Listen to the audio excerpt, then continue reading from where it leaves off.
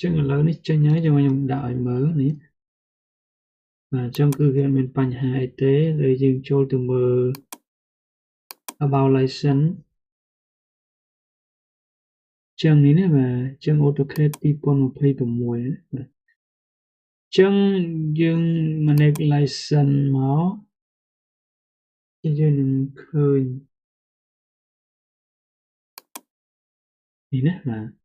ចឹង AutoCAD 2026អញ្ចឹងនេះណា license អូខេចឹងអ្នកដែលចង់មើលពីរបៀប crack comment មកហើយចូល Telegram របស់ខ្ញុំមួយមក